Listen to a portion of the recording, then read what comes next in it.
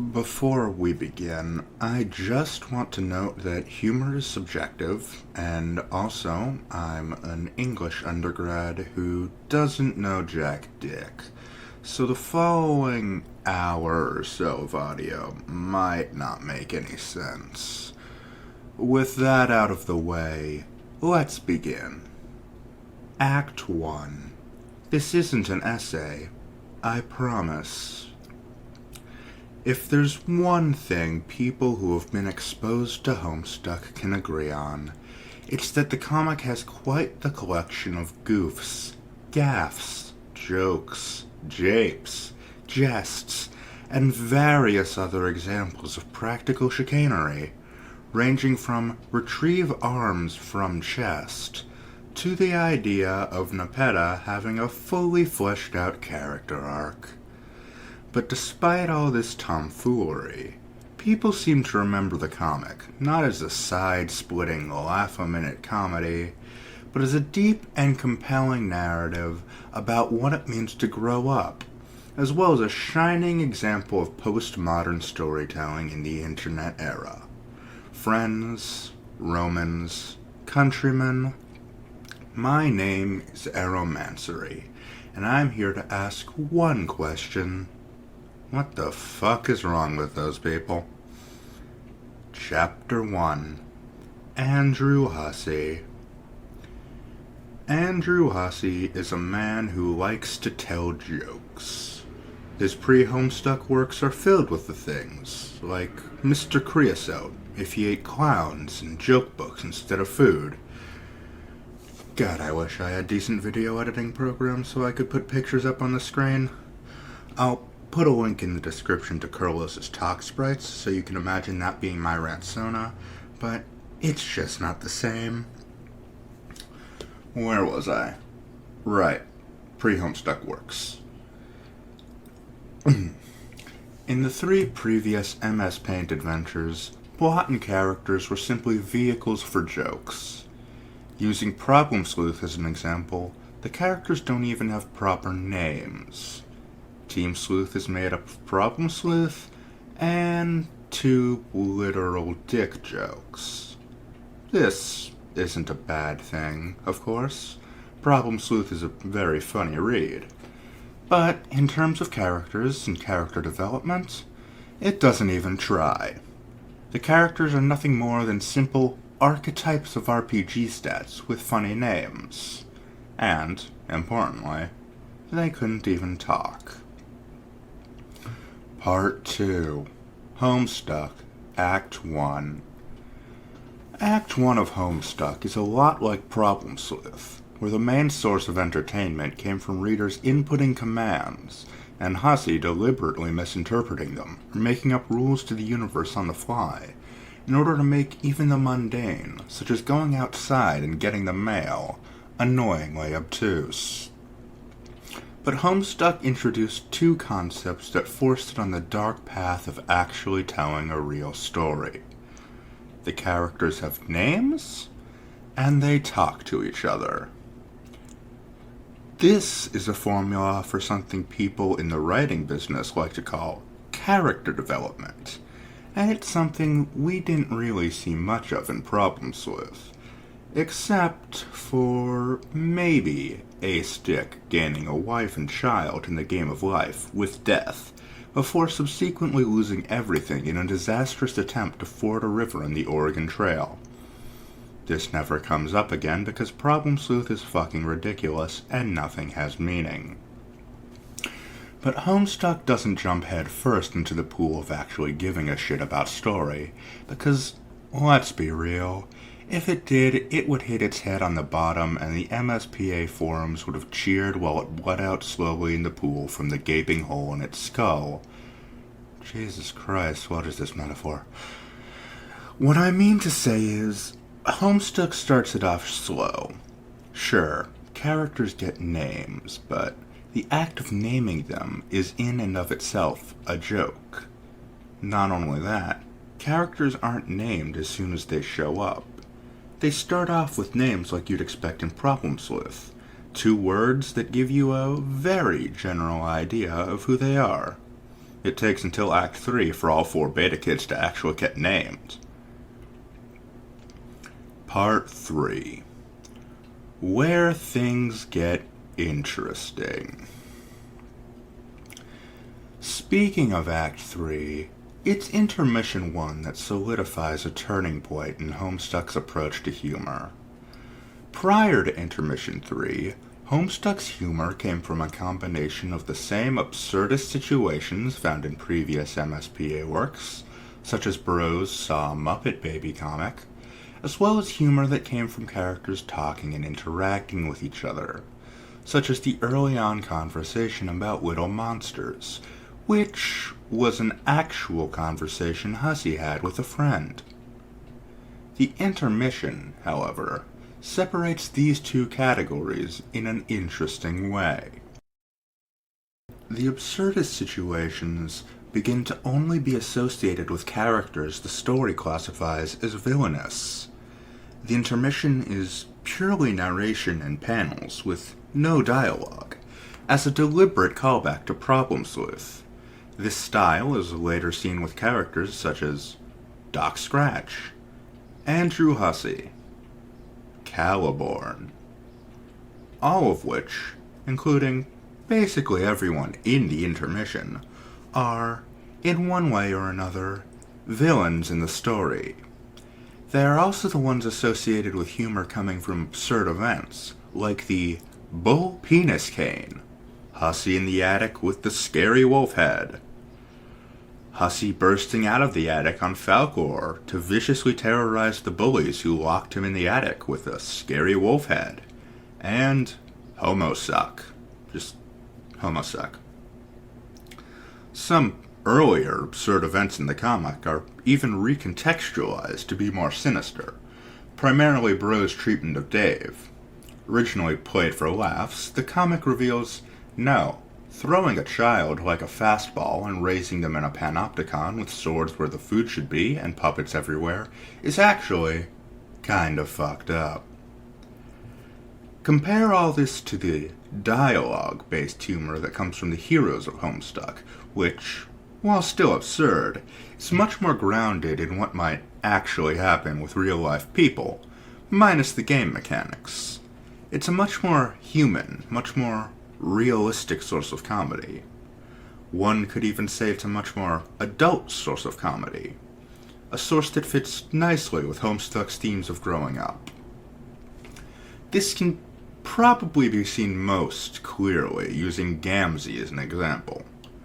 While Gamzee's existence always tended more toward the absurd side of things, he was still a source of humor primarily from his interactions via the other characters, via simple stoner humor.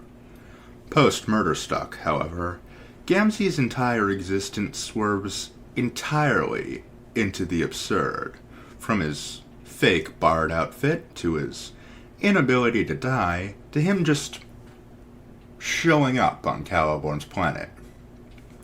This coincides with him having almost zero dialogue at this point. I was never good at concluding statements, but you aren't grading me for this, so fuck you. As it went on, Homestuck began to cast the previous style of Problem Sleuth-type humor as detrimental to the grand narrative story Homestuck was trying to tell. And so, cast the characters associated with that type of humor as villains. Act 2. Off the Rails. Hey, you might be thinking to yourself, why is this thing, which I realize is actually just an essay, wrapping up? There's still so much time left. Well, as it turns out, the average human being reads about 100 words per minute out loud, and I'll be fucked if I'm writing a script that even approaches 6,000 words in the middle of summer. I mean, Jesus Christ, why would I do that to myself? So, the rest of the video is going to be less scripted, more off the cuff, I guess. So, prepare for this shit to go off the rails fast. I'm gonna keep going until I die, or I have enough recorded that I can pass this off as a full panel. So I have some questions I've gathered from people who totally exist and have things people have, like teeth and blood and social security numbers. Can you be funny without being offensive? You can definitely be funny without being offensive. Humor stems from a transgression of norms or a subversion of expectations, but you can definitely do either of those things without being offensive. Just to go through a few examples, puns might be the lowest form of wit, but most of the time they aren't offensive at all. If you end up listening to the Befriendus panel, I assure you there will be some puns there, and they won't be offensive. Except for the anger that comes from being exposed to puns. Slapstick humor is generally unoffensive because it's just a guy doing exaggerated motions and being hurt, but specifically being hurt in a way that is obviously not leaving any long-term effects on him. Observational humor, which reveals the absurdity of everyday life, like, what's the deal with airline food? I guess punches at airlines, but airlines aren't oppressed, and I don't think they're getting offended when you say their food isn't that great, because the quality of the transportation is really what they care about, as long as the food is edible and isn't killing people. Dark humor can definitely be offensive, and probably relies a lot on knowing your audience, like, it's okay for me and my friend to make jokes about serial killer and DMs together, because we both know we can handle it. But it would be in very poor taste to make serial killer jokes at, say, a support group for people who have lost loved ones to serial killers. Although I can see that being a scene in, like, a Jim Carrey movie, where he's like a down-on-his-luck comedian who goes to a meeting for a support group of victims of the Indianapolis bandsaw murderer, and just freezes up and starts telling jokes about bandsaws. Although, there, the humor would come from Jim Carrey's character transgressing social boundaries and not, making fun of actual, real-life serial killer victims. In summary, yes, you can be funny without being offensive. Can you have humor without impacting your relationship with the audience? This is a really good question. I'd say it really depends on the type of humor you use. To borrow a term from, I think it's film studies, if the humor is diegetic, or it's coming from entirely inside the work, like in Pulp Fiction, with the conversation about quarter pounders in France, or whatever it is, that isn't really taking the viewer out of the world of Tarantino's foot fetish land because it's funny, but it's also giving you insight into the characters and their relationships. This also ties back to the heroic Homestuck humor I was talking about before, where it's humor that doesn't violate the narrative and start becoming meta. On the other hand, when the humor is coming from the absurdity of events in the work, that is definitely going to impact the relationship with the audience, because the source of the humor is coming from a violation of the expected boundaries of the work itself, and that's going to remind the audience that it is just a work and damage the immersion somewhat. This doesn't have to be a negative impact. For instance, I think Homestuck would be a lot worse if it didn't do any of the wacky meta shit. It's definitely going to be an impact nonetheless. How does Homestuck effectively use language and vocabulary to humorous effect? Would you say Homestuck has a written and visual language of humor? I would definitely say that Homestuck has a written and visual language of humor, yes. Part of that is that Hussey has a large vocabulary and busts out obscure words whenever he wants. And part of that is a dedication to running gags. Like, if the Strife animations just used abscond as an option, that would be kinda funny, because whoever uses the word abscond. But The fact that the Strife menus all have obscure words starting with A brings it to a whole other level. The other part is the dedication to running jokes Homestuck has, to the point where a single line from a greater joke acts as a shibboleth in the fandom.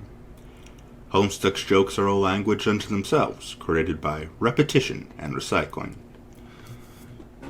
There's also the dedication to making up words that sound real, and you can almost grasp the meaning of, like Sylladex and Captchalog, as well as weird troll terminology, which I guess is just some weird form of observational humor where you rephrase a common object in different terms and laugh at the ridiculousness of language. A good chunk of Homestuck's humor is language-based, to be honest. How has Homestuck affected internet humor? Honestly, as influential as Homestuck has been, I can't really point to any specific influences it's had with regards to internet humor.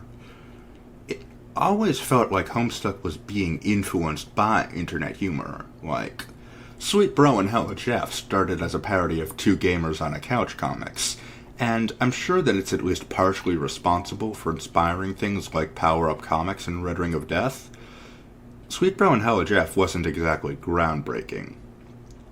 Homestuck's humor always felt reactive to cultural trends, rather than proactive.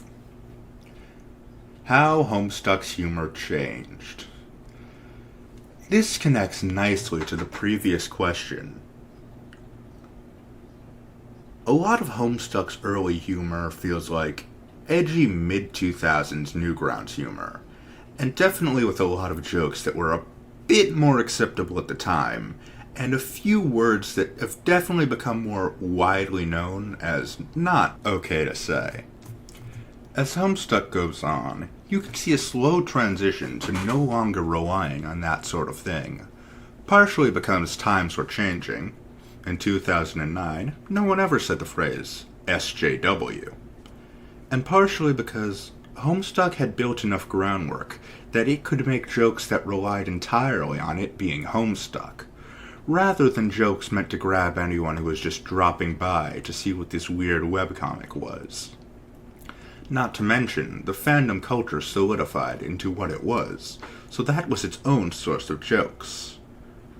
Once Homestuck got into its stride and got to be solely Homestuck, as opposed to just another webcomic in the vast sea of internet pictures, its humor shifted towards Homestuckness, if that makes sense. Favorite Homestuck joke. This is a real toughie, because it's basically like asking which bean in a beanbag chair is the best. Also, I don't fucking remember every joke in Homestuck, and sometimes it depends on my mood. But right now, and don't hold me on this, because if you do, I am going to hunt you down, skin you alive, and wear you as a cosplay to a convention where I will proceed to not seal my body paint, and make everyone think that all you cosplayers are irresponsible jackasses and tarnish your reputation forever. I think I'd say the Barbasol Mom? If only because there's something viscerally appealing about John's face in that panel alongside the caption of, "Oh God, who knew shaving cream could be so flammable?" Also, don't throw aerosol cans into fires, kids. They're pressurized. You don't want that metal to rupture. Least favorite Homestuck joke. Okay, this is gonna start some shit, but basically any of the jokes that rely on Vriska being awful to people. And this is almost entirely a result of the fandom turning Vriska into Vriska, you know? Like, Vriska will do something that's undeniably shitty, but then suddenly it gets turned into a, oh no, she was justified, and if you like Vriska, you're a bad person, and if you don't like Vriska, you're a bad person, and it's not worth it. You could cut every single one of those jokes, and it would be a net positive on the comic. Best problem sleuth joke. The Control-Alt-Delete one, hands down. Nothing else to say on the matter. How you be funny.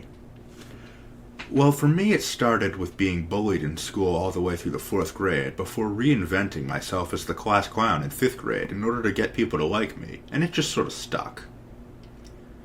What's the deal with clowns, anyway? Personally, it's a funny story, actually. When I first read Homestuck, I wasn't that into the Makaras. It was only like a few months later when I was looking for a new Discord icon, and I chose Kurlos because he looks cool and he's facing directly towards the camera, which is good for a Discord icon, in my opinion.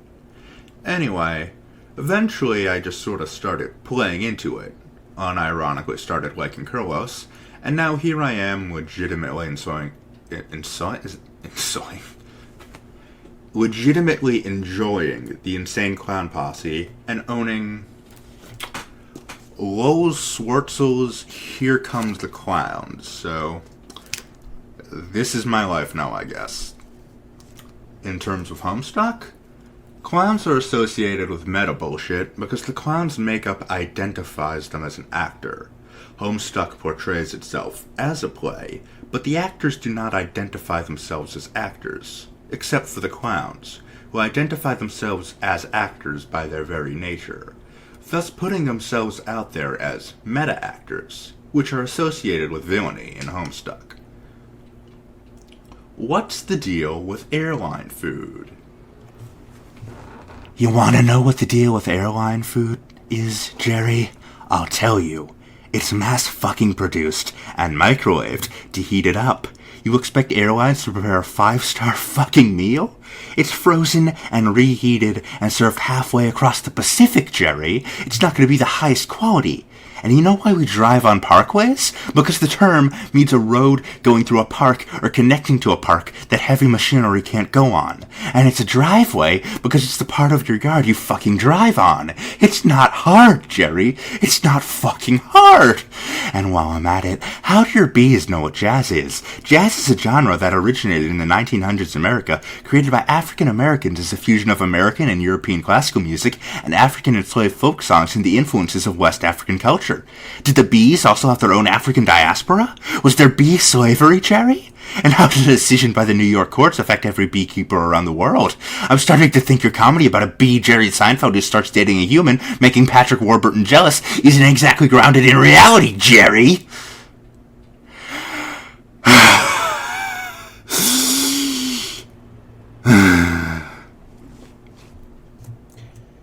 Act 3. Did you know that apparently I read way too quickly to make 3,000 words last even half an hour? I want to thank you all for coming to my panel tonight. You're all great. You're all great. Before I let you go, I just want to say, have you ever noticed how weird some of the stuff in Homestuck is? Like, the weird fixation the comic has on, like, fruit gushers during Act 1 and 2? You can tell Hussey was having a great time coming up with, like, fake names for gusher flavors. I think there was even a ranch dressing one. Kind of like those Hot Pocket memes, but way back in 2009, I guess?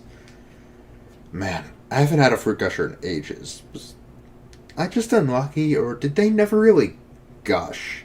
Half the time, the liquid inside had just sort of evaporated and you got a sticky fruit and sugar-flavored blob. And even when it didn't, you never got a gush. It was more of a sport, as if they already gushed for someone else and they were trying their best for you, but their heart just wasn't in it.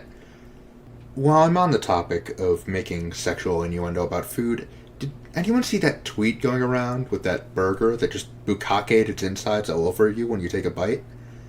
I'm not the only one who thinks it looks disgusting, right? It's not even a burger, it's a patty made out of fried soft cheese. So you're just getting a mouthful of liquid, greasy cheese, and I just don't vibe with that.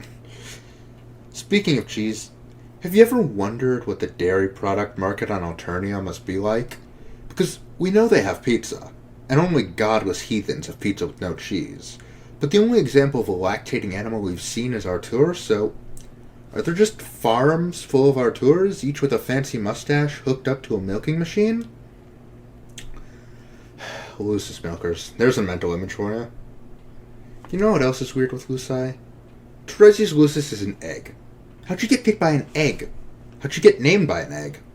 How'd you end up with an egg on a goddamn doomsday clock? Remember the Doomsday Clock? That never got explained. So much of this shit Hussey just threw together for all eternity and never got explained, and people refuse to export in fanworks because who fucking knows? Everyone is a coward but me. I've come to realize that after I started binge-watching that old sci-fi game show Face Off, where contestants have to do a makeup and prosthetics competition to fit a challenge, and so many of designs are just weak. Like, holy shit, these people just ignore the coolest possibilities in exchange for the same shit over and over. It's horrible. The show also dates itself really badly. Like, tie-in challenges with shit like upcoming game Dishonored, or Kevin Smith as a guest judge like a year before he made Tusk. It's the same with fan troll design, honestly. The coward thing, I mean. So many times I see people making purple bloods that aren't clowns. If you do that, I instantly lose respect for you. If you make a high blood that's not a clown, that's not a purple. That's an indigo with sunburnt blood. I mean, I don't want to declare myself the Homestuck clown expert, but I made this panel, so I guess I do. I'm the Homestuck clown expert, and I decide who lives and who dies. Steve McKellen of Nashville, you will die on October 30th in a horrible lawn chair accident. So saith I, the clown expert of Homestuck. I hope these jokes are landing. I'm just desperately trying to make this panel long enough. At this point, I don't even know what's going on. I'm going to wake up on the 25th and realize the past 2 weeks have been a blank and my walls are covered in a substance that looks suspiciously like clown juice. And written on them is just going to be the words, all play and no work makes for a bad SAHcon panel. And the next thing you know, I made people listen to a Homestuck-themed stand-up comedy routine because I talk too fast and to not need to pan out my panel. I'm running on fumes. I legitimately don't know how Hussey put out updates so fast. I bet it's cocaine. Like, I legitimately would not be surprised if Andrew Hussey's memoir comes out and a good chunk of it is about how he wrote most of his iconic works while riding the white pony. Like Stephen King, except the parts with the clown contain less creepy underage sex somehow.